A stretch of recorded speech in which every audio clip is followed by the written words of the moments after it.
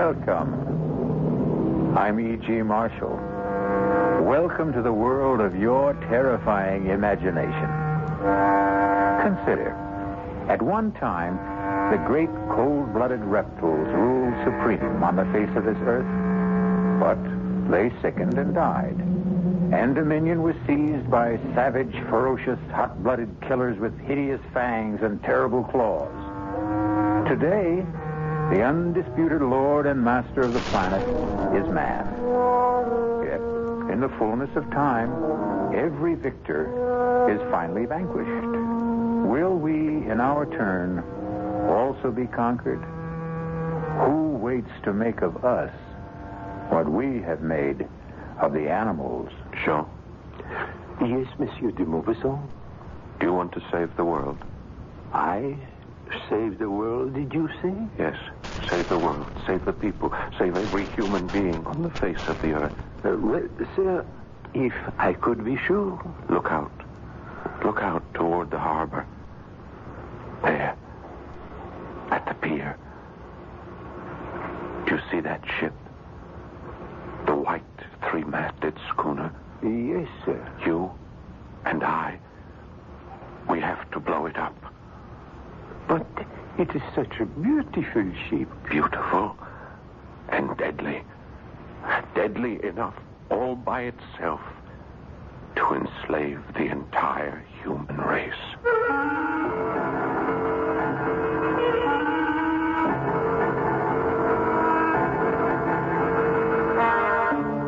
Our mystery drama, The Horla, was especially adapted from a story by Guy de Maupassant for the Mystery Theater by Sam Dan and stars Paul Hecht.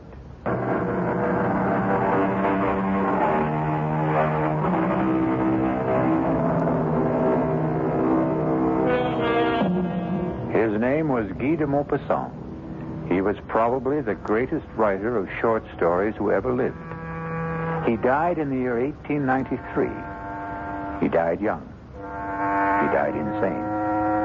And if you read the stories he wrote toward the close of his life, the critics tell us, you can see how his madness slowly destroyed him. That's how they look at it. He himself insisted he was being possessed. His mind and all of his vital forces were being drained from him by a mysterious, supernatural, and superior being. He called it the Horla. And the Horla is one of the last stories he ever wrote. Is the Horla merely the raving of a man going mad, or is it an inspired prophecy of a fate that awaits us all? You decide. Dr. Cartier. Yes? Yes, what is it? I have been pressing the bell signal, Doctor. It means you must pick up the telephone. Oh, that confounded diabolical contraption. Oh, please, Dr. Cartier. It's Monsieur de Maupassant. De Maupassant? Who is he? The nervous one. He was here the other day. Oh, that one. The writer. Tell him I'm busy with a patient. I did, but he insists on talking. The combination of de Maupassant and the telephone. Just speak into it, Doctor. The telephone. Hello. This is Dr. Cartier. Doctor, you must come to see me. You must come here at once. Please, monsieur, calm yourself. If I knew how to calm myself, I wouldn't need you. You must come here. Monsieur, be reasonable. I would like to be. I'd give everything I own if I could be reasonable, if I could only be reasonable, but it won't let me leave. What won't let you leave? It. The Horla. The what? Monsieur de Maupassant. Monsieur, speak up. What happened?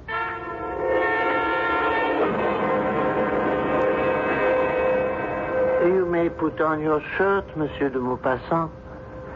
Ah, lovely place you have here. Breathtaking view of the harbor. What's wrong with me, Doctor? Oh, nothing. Then why do I... You see, that's a handsome ship out there, huh? That sparkling white three-masted schooner. Something must be wrong. Where's she from, I wonder? Oh, Brazil, I think. Doctor, why won't you tell me what's wrong with me? I told you, nothing. You have a mild nervous upset. Your nerves are highly strung. Your pulse is rapid. Your eyes dilated. And what do you advise? A course of shower baths. Cool shower baths. 2 in the morning, 2 in the afternoon, 2 in the evening. And send down to the chemist for some bromide of potassium. You haven't listened? I listened. I heard every word. Now, you go to sleep. Yes. You slumber deeply for 2-3 hours, correct? Yes.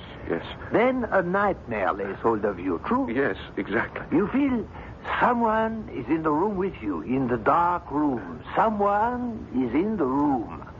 Am I stating the fact? Exactly. This someone or something is staring at you? Yes. I can't see it, but I know it's there. I know it's staring at me.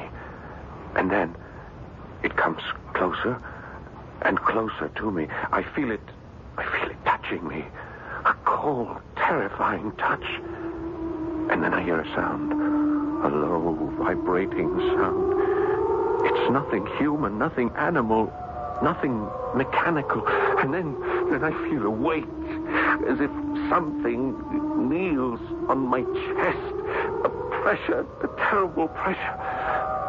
My neck is being squeezed and squeezed as something seems to be draining the breath from my body. Not only the breath, but my strength.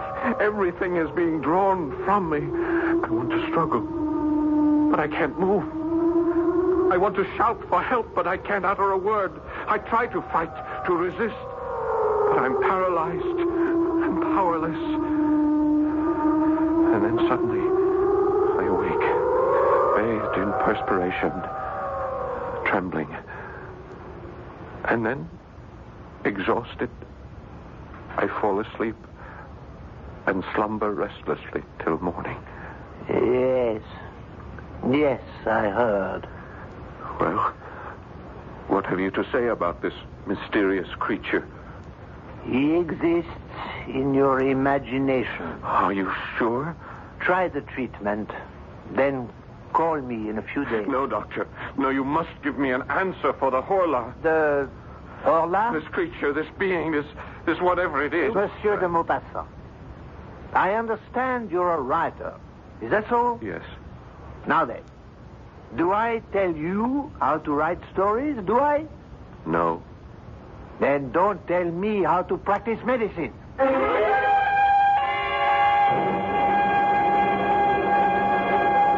Fish, fresh fish, fresh mullet, mackerel, bass, flounder, fresh and sweet as a faithful wife. Good morning, Madame Bossard. Oh, it's you, Monsieur de Maupassant.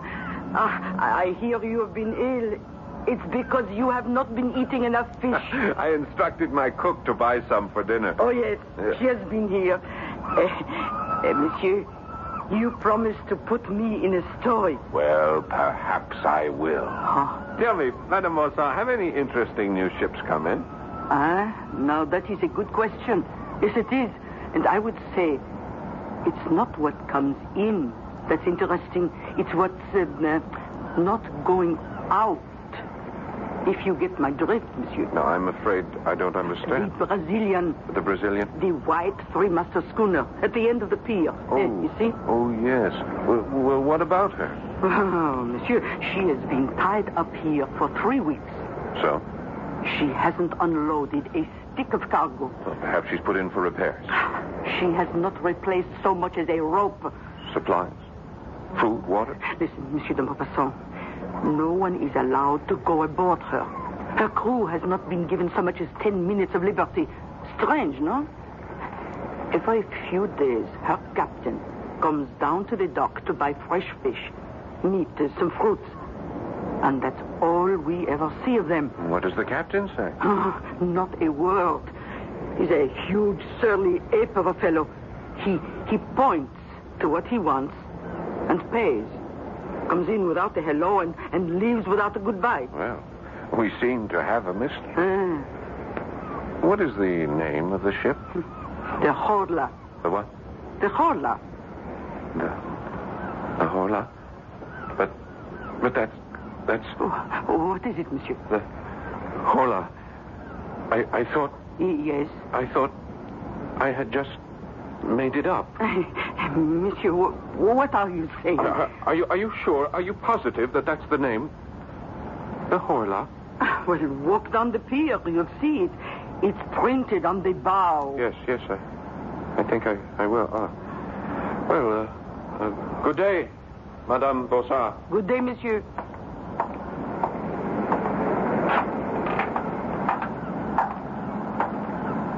The Horla. It's incredible. Ahoy! Ahoy there! Aboard the Horla! Ahoy there! Anyone there? What do you want? You have a beautiful ship there, sailor. Listen, mister. Move on. Well, all the other ships allow visitors. Captain's orders. Well, why... None of your business. Couldn't I ask you something, sailor? No. Your name, the Horla, what does it mean? It doesn't mean anything. How did you come to choose? Go on, move. You got no business here. This is a public pier. I have as much right to be here as you do. Perhaps more. Now, listen, mister.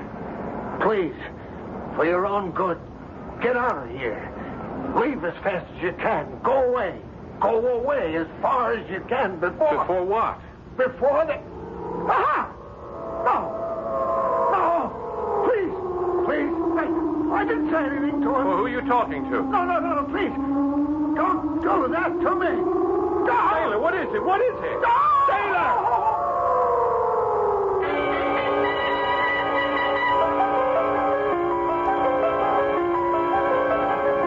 Monsieur de Maupassant. Monsieur. What is it? Are you all right? No, I'm not all right. Oh, I thought as much. I saw you from my shop. You've just been standing here. Standing still without moving a muscle for... Oh, monsieur, it must be every bit of 3 hours. The ship. What about the ship? My head, I feel so weak. Oh, take my arm, monsieur. Ship. No, I must go aboard that ship. Listen. Do you hear that? What, monsieur? That sound. It comes from the ship. Oh, I am sorry, but I hear nothing. Nothing? Oh, I hear seagulls, waves. Oh, and now, come, monsieur, it's thunder, a storm. I must go aboard that ship. But they won't let you. The ship. Oh, come quickly, monsieur. You'll catch your death. The ship. The ship. Oh, hurry, monsieur. How did I know? Answer me that. How did I know? How did you know what? The name of the ship. How did I know that name? The Horla.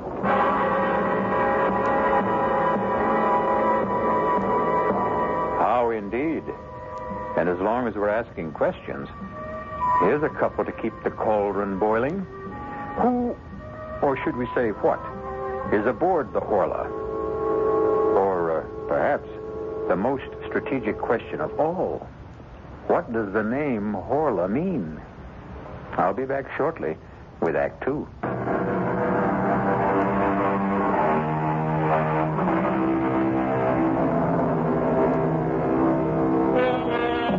Guy de Maupassant is writing a story about a mysterious force which he calls the Horla, a force that drains the life and strength from his hero. Now he discovers that a mysterious ship that lies in the harbor is also called the Horla. Hello? I must see Dr. Cartier. Oh, it's you again, Monsieur de Maupassant. I told you I would have him called the moment you return. Mademoiselle, I must see him at once. But he is... That. Monsieur. Oh, excuse me. I'm in my room, my bedroom, and at any moment I'll fall asleep. I'm so tired. Well, sleep, Monsieur, by all means. Sleep would be the best thing for you. No, not this kind of sleep. The Horla will come to me again tonight. I know it. But all I can do is tell the doctor. Tell him I need him urgently. Yes,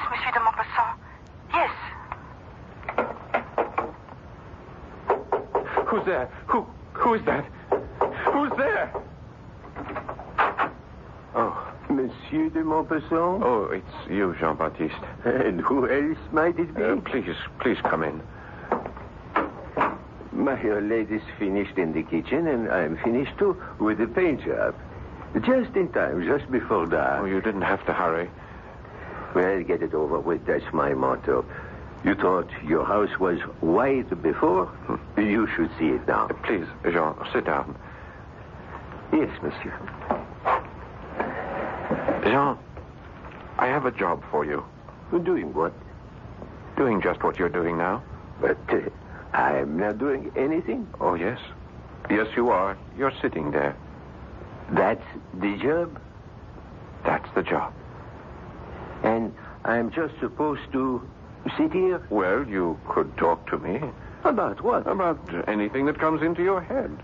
You may also have to serve as my bodyguard. Bodyguard? Someone may try to break in while I'm asleep.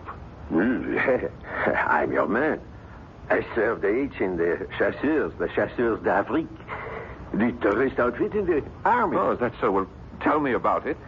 Well, we were the only ones who could hold the ground at Sedan. And are you really interested? Oh, yes, please. Tell me everything. Tell me the story of your life.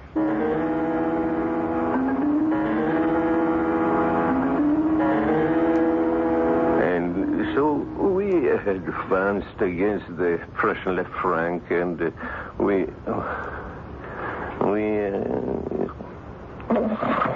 Jean. Go on, Jean. Don't stop. Talk to me. If you fall asleep, I'll fall asleep. Jean, please talk to me. Don't let me sleep. Oh, I'm so tired, but don't let me sleep. Don't let me fall.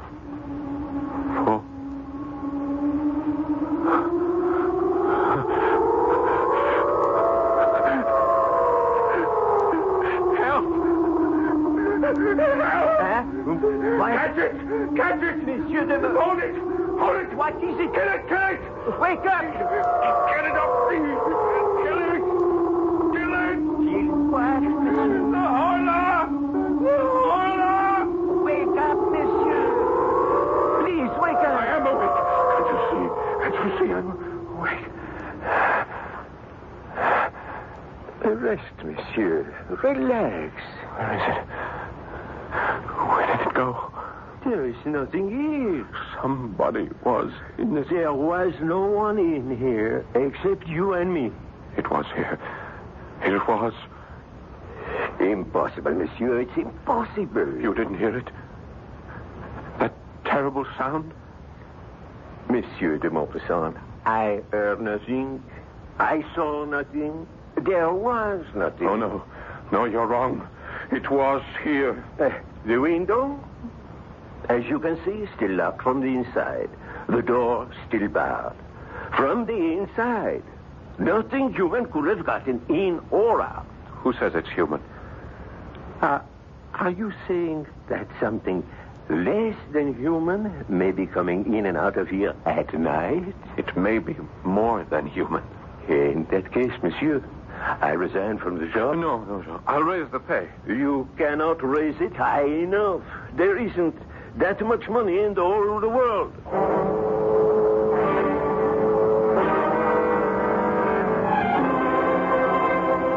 Dr. Cartier, I thought you'd never get here. Nothing works. Shower baths, the bromides. You insist you still have this visitor? I know I do. He was here last night. He overpowers you? Yes. He makes this awful sound? Yes. He drains all your strength? Yes, exactly as I told you. Your handyman, Jean-Baptiste, stopped my carriage as I drove up. He spent the night in this room with you, I understand. Yes, that's right. While this Horla. This Horla attacked you. He heard nothing. He saw nothing. Well? Well, what? Come, monsieur. Admit this is all a nightmare. But it was so real. It's always so real. There was a witness. Is Jean-Baptiste reliable? Is he sane? I would say so, yes. Would he have any reason to lie? To embarrass you? No. Then why do you insist on maintaining this ridiculous fiction of a Horla? Doctor, that name, Horla, I thought I had made it up, that it was a creation of my own imagination. But it happens to be the name of that ship. What ship? You know, the one you asked me about last week, the white three-masted Brazilian schooner. I mean, where would I get that name? Why would that name pop into my head? That Brazilian ship is called the Horla? Prove it to yourself. Pick up that telescope. See her out there at the pier. You can read her name. Ah, then that explains it. You had picked up your telescope one day to view the harbor. Without being aware of it, you might have read the name on her bow. I have never seen that name before in my life. Someone, somehow, placed it into my imagination. Monsieur de Maupassant, sit down. Huh? At once. Now, I have coddled you long enough. You are one of the great writers of France, but you have reduced yourself to a terrified, trembling wretch. This will not do. I admit that I am terrified. That's what I've been trying to tell you. Yes, you terrified. You have been terrified by the critics. Oh, that's a lie. I don't care for the opinions You of are those... human. You care. I read what they write. You've lost your touch. Your best work is behind you. I am as good as I ever was. Better. Sometimes genius becomes too heavy a burden to bear. And so you construct this fable in order to have an excuse not to work anymore, not to be judged anymore. That's not true. But the fact is, you're not writing. I am writing. What are you writing? I'm writing a story. A story called The Horla. That's not a story. It's an account of your nightmare. Oh, I just don't know what else to do. I do. Sit down at that writing desk. Pick up your pen. Create another Bellamy. Another Pierre and Jean. Another ball of fat. Doctor, it's not that simple. Make it simple. Remember, you're more than a great writer. You're a great French writer. Oh, that's a lie. I don't care.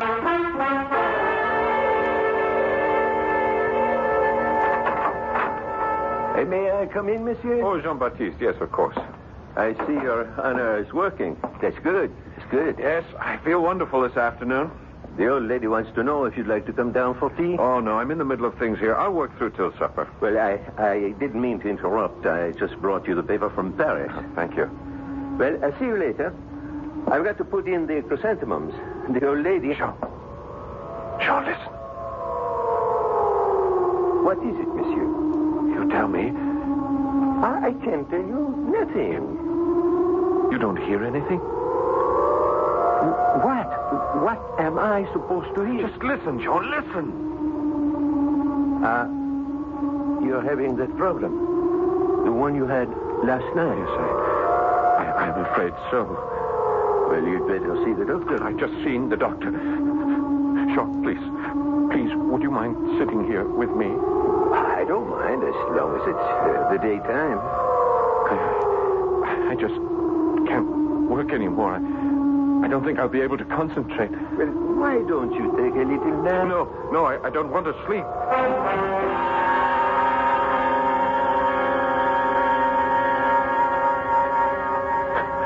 Jean! Huh? Oh, I must have dozed off. Jean, quickly, take this telescope. Go to the window. What for? Down at the pier. At the end of the pier, the three-masted schooner. Do you see her? Yes, I see. Well, don't you see anyone standing on her deck? No. It's empty. All right, now keep looking. Why? Cover the gangplank. Have you got it in focus? Yes, monsieur. Now, if you see anyone at all, leaving that ship, follow him through the telescope and see where he goes, and let me know. Do you understand? I think so, but why? I don't think you would really want me to tell you. Now, just watch. And watch carefully. Wait, monsieur. Where are you going? I'm going to see Dr. Cartier. But how will I be able to tell you if anybody... Well, just call me on the telephone. The telephone? There's nothing to it. You just pick up the receiver, turn the handle, and ask the operator for Dr. Cartier. See here, de Maupassant. You simply can't barge into my surgery. I can if it's an emergency. I thought we had settled your problem this morning. Look, there is an article in the Paris newspaper, and I want to read it to you. I refuse to listen to anything that's in a Parisian paper. They're all filthy rags. Oh, come on, just listen to this article. I listen to nothing from Paris. It's a sewer of anarchy and atheism. This won't take a minute. Perhaps if you spent less time reading Parisian papers... Doctor, this time you sit down and listen. Now, the date is August the 19th. A curious piece of news comes to us from Rio de Janeiro. That's in Brazil. Yeah, I know that's in Brazil. Madness, an epidemic of madness, like that contagious madness which attacked Europe in the Middle Ages, is now raging in the province of São Paulo. The terrified inhabitants are leaving their houses. They say they're being pursued and possessed. Now, these are not my words, Doctor. I quote from this article. Typical Parisian exaggeration. They only copied the story that arrived on the wire from Brazil. The people are quoted as saying that they are pursued and possessed, dominated as if they were human cattle by invisible, though tangible beings, like so many vampires which feed on their life while they're asleep. Now, what do you say, Doctor? South Americans are basically Spaniards. Are highly romantic, unstable people. Oh.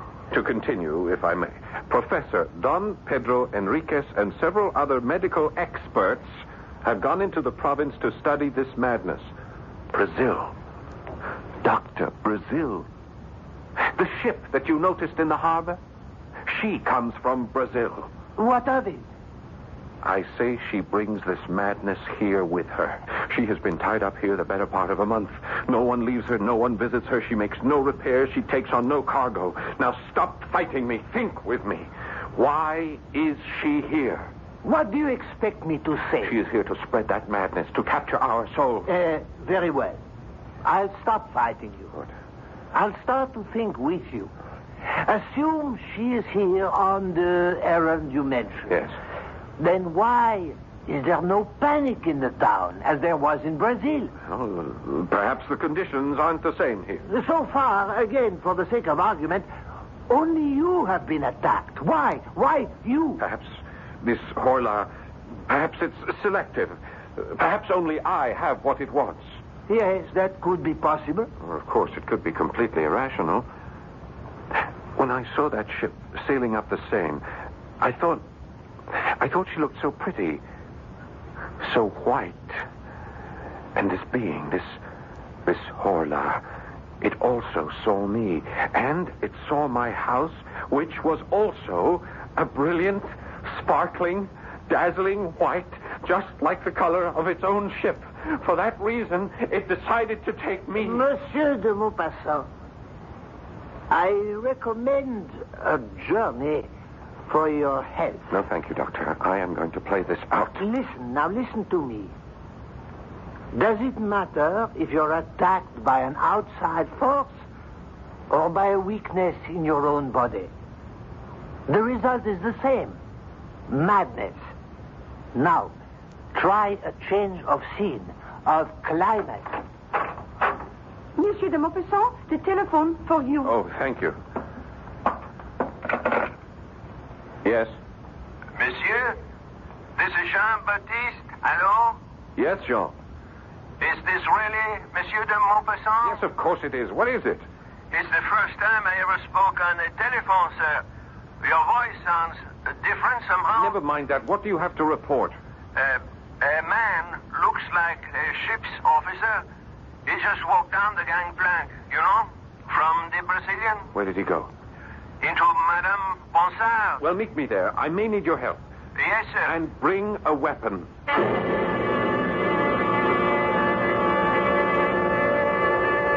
Well, will the man of letters become the man of action? And how ironic it is that the epic struggle for the mind and the soul of not just one man, but perhaps all men, may take place in the small, crowded stall of a provincial fishmonger. I shall return shortly with Act 3. A beautiful white sailing ship is docked in the harbor near the mouth of the Seine River. And a famous French writer claims she carries aboard her a mysterious force that intends to destroy the world. Only He can't be sure, and neither can we. Is this just a story he is writing, or a nightmare he is living? But fancied or real, a confrontation with the ship's captain awaits us. Jean, here I am. Yes, monsieur. Are you armed? Yes, I have my old service revolver loaded and ready. Now keep it out of sight. Your man is inside the store buying fish from the Bonsard. All right, come along. Follow me. Yes, monsieur. And you'll have some mullet. Very good. Oh, good afternoon, Monsieur de Maupassant. I'll be with you as soon as I'm through with this customer. You know this, Jean? Yes. It's the mackerel. Huh? Look, he doesn't speak. Renee. Yeah, he points to the fish he wants and holds up his fingers for how many he'll take. He's a hard-looking customer. No, sir. Very well. That will be 27 francs, monsieur. René will bring it out to your ship. Bon appetit. One moment. Captain, I'd like a word with you. Stand aside. My name is Guy de Maupassant. Stand aside. I would like to talk to you about your ship. I said stand aside. Not until we learn what's happening here. Stand aside. Oh, help me with this fellow. Help me.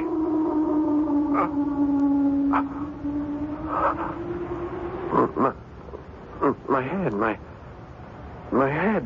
What's the matter, monsieur? René, get Monsieur de Maupassant a glass of wine. Jean, why didn't you help me? Help you to do what, monsieur? To detain that man, to hold him here. But you didn't say anything. I kept waiting. I called on you for help. When? Just now. Madame Bonson, didn't you hear me? Oh, I didn't hear anything. But you saw me struggle with him. No, monsieur. I asked him to stop. I said I wanted to have a word with him, and then he pushed me away. I tried to hold him. I called on you for help. Oh, no. No. All right, according to you, just what happened here? He finished buying whatever it was. He paid Madame Bonsard.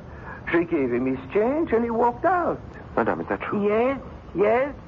I was waiting for you to stop him.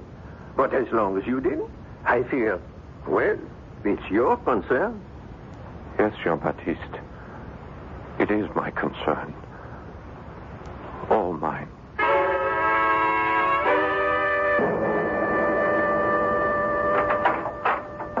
Good evening, de Maupassant.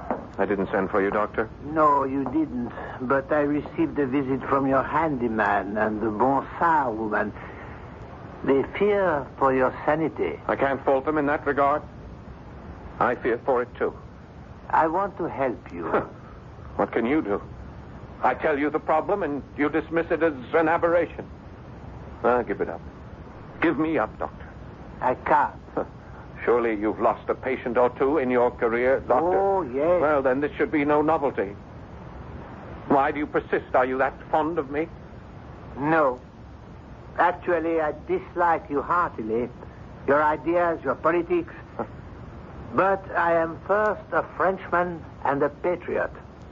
Your writing brings honor to our country. You are one of our national resources.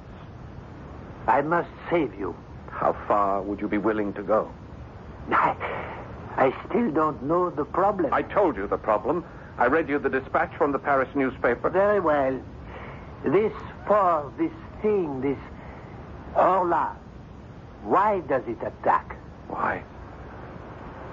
Perhaps the reign of man on this earth is over. Oh, what kind of nonsense is that? We'll get nowhere if you keep saying nonsense to me every time I open my mouth. Man did not always rule this planet. He didn't? No. We are but one of a series of rulers according to evolution. Oh, evolution? What do you say, oh, do you quarrel with Darwin? Why, is it too much to suppose that we, in our turn, are being supplanted? By whom? It doesn't have to be a whom. It could also be a what. What kind of a what? A Horla. And we are back where we started. Yes. A Horla. I would accept a vampire, a physical, tangible, visible creature, but your Horla cannot be seen. That's true. Then how can he do damage? He can seize control of the brain. Never. The brain is inside the skull. It is safe. It cannot be tampered with. The Horla has always tampered with it.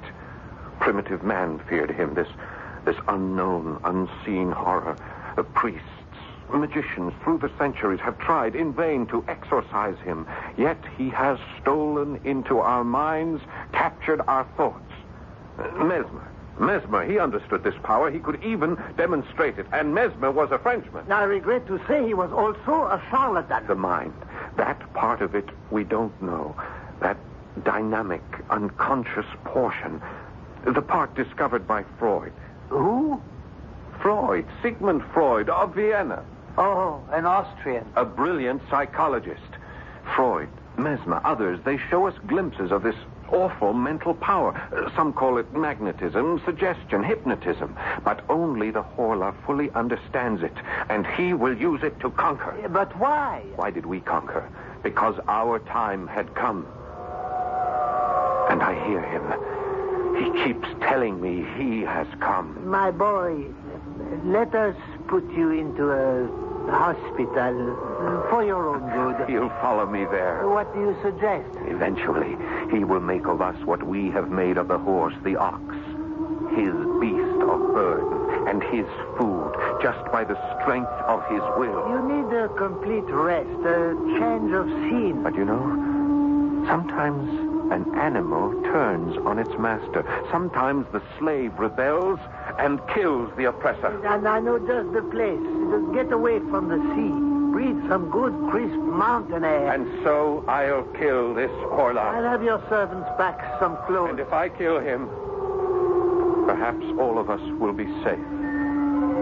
For a while.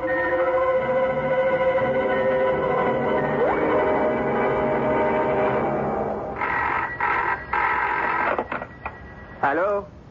Hello? Jean-Baptiste here. Hello, this is Dr. Cartier. I called to make sure Monsieur de Maupassant is all right. Oh, he's all right, feeling fine. Ah, is he back for the journey? Yes, we're all set here. You say he's feeling fine.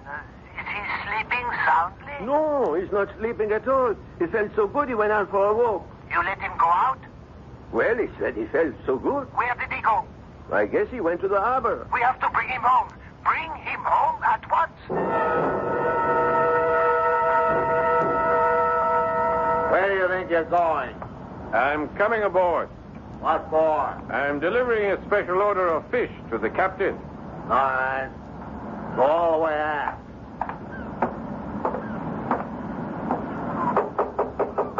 What is it? What are you doing here? What are you doing here, Captain? What is your ship doing in this harbor? I'll have you thrown overboard. I'll keep coming back. Why are you here? Why? You know. You know why. Tell me. You know everything there is to tell. The ship is captured. It belongs to the Horla. Yes. It captured us in the harbor of Bacanrio. It owns us. It owns every man on board. What is it doing here? Looking for captives. Looking for you. Why me? I don't know. It chooses its victims according to... I don't know the reasons. Some are obvious. Us, we have a ship. It wanted a ship. But you, others, I don't know. I don't know why it wants you. The Horla. Where is it now? Here, in this cabin. With us? Here now? Yes.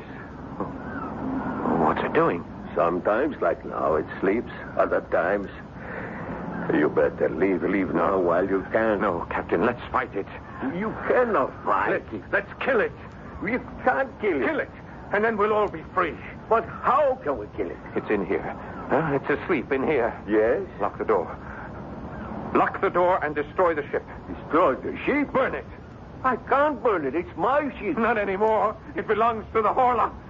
You belong to the Horla. I belong to the Horla. Let's be free. I cannot let you do it. I'm afraid. Let go. No. Let go of me. Let go. The floor. You knocked over the lamp. The floor is Look out. higher. Let's get out of here. We'll be burned to death.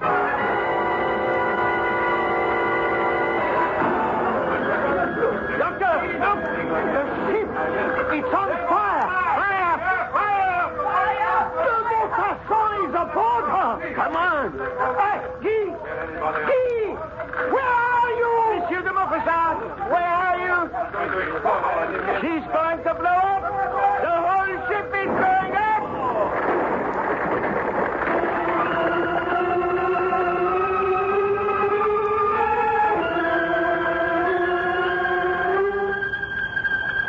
Comfortable, monsieur?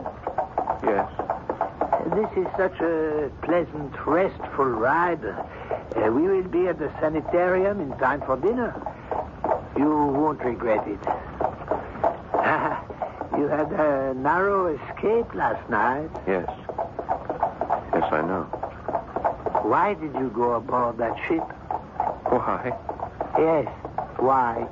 I told you. To strike a blow for freedom. To overthrow the slave master. To kill the oppressor. And, did you? Did I what? Did you kill the Horla? Did you prevail? For just a moment. I thought I did. But no. How can man prevail against the Horla? They say de Maupassant lost his mind. They also say those whom the gods would destroy, they first make mad. Are there new gods?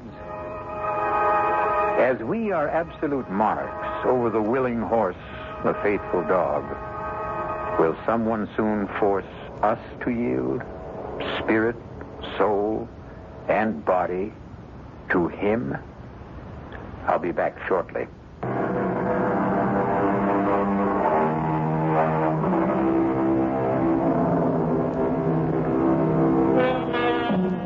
We look down from the top of the evolutionary tree, and we consider ourselves the highest, the noblest, and the best. But there can be someone ready to take over, someone more perfect. Maybe the only way we can survive is to beat this thing at its own game, improve ourselves, shape up, and also show up regularly for the next adventure in the macabre. Our cast included Paul Hecht, Bryna Rayburn, Robert Dryden, and Dan Ocko. The entire production was under the direction of Himan Brown. This is E.G. Marshall inviting you to return to our Mystery Theater for another adventure in the macabre. Until next time, pleasant dreams.